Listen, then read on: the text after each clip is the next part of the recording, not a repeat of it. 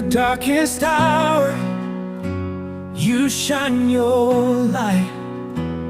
In our weakness, you show your might. Mountains move at your command. Got a miracle. Prinsipe ng Saudi Arabia pagkatapos ng 20 taon nang natutulog nagising siya bigla. Dahil nakita ng mga tao ang video at larawan ng isang prinsipe sa Saudi Arabia na kumatos ng 20 taon ba't biglang nagising at kumalat ito kung saan-saan sa social media.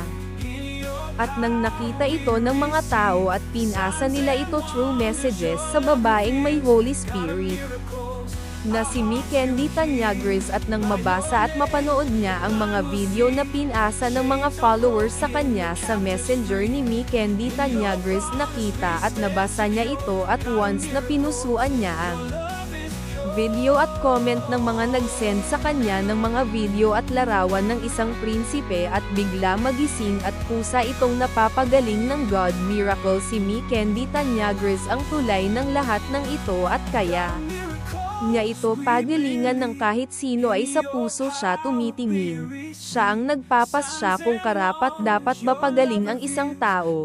Parang si Lord siya ang magpapasya kung sino karapat dapat niya bigyan ng miracle. Sa ikanga ni Mikendi Tanyagres, 20 taon na pagkakoma ng prinsipe ng Saudi Arabia sa car accident, sinabi ko magising. I meet his spirit and heal para bumalik at bumangon.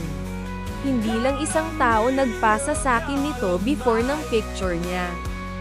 Paki-message nga din ako nun, iba pa nagpasa nito before na pinusuan ko. Para alam ng iba.